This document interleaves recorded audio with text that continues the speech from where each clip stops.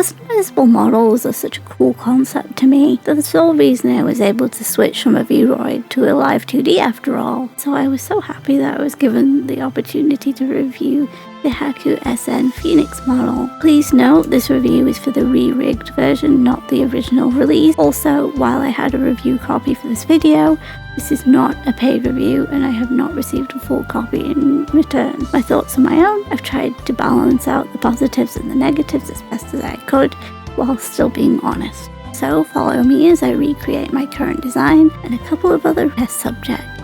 The head. Easily my favourite part of the model. Making something close to my design was pretty easy.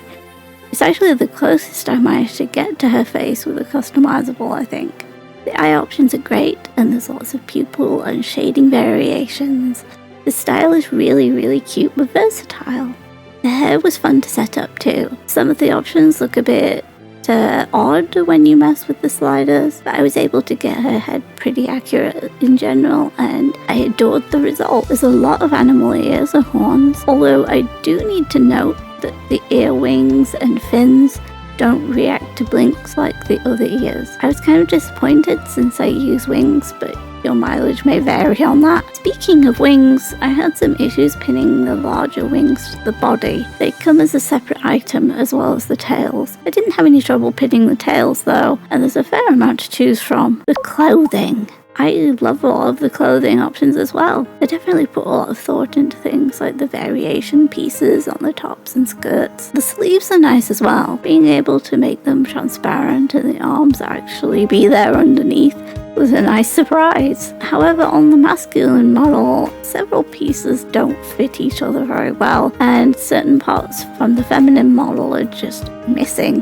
The stockings, for example. But speaking of the stockings, the little accessories for the top of them are really cute. For some reason, the stockings themselves were a bit blurry for me, but that might have been something on my end, and retexturing would probably sort that out. Shoes have some nice options too. Not a lot of variation, and the recoloring on the boots is difficult, but in general, they're good.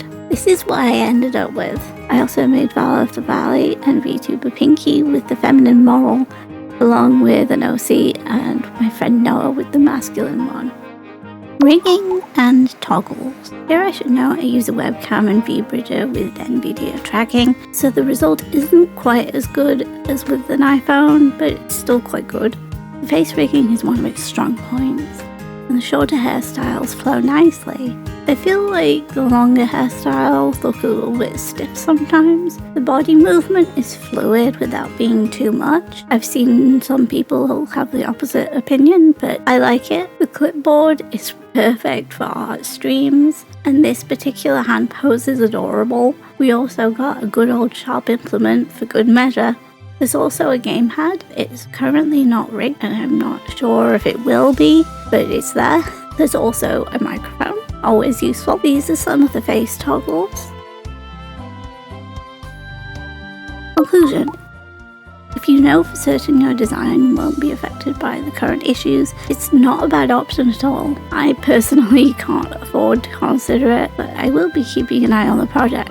Also, please look at other people's showcases. Don't form your opinion just from my take. I hope this was of some help to someone. Thank you again for letting me review this model, and thank you for watching. Bye bye!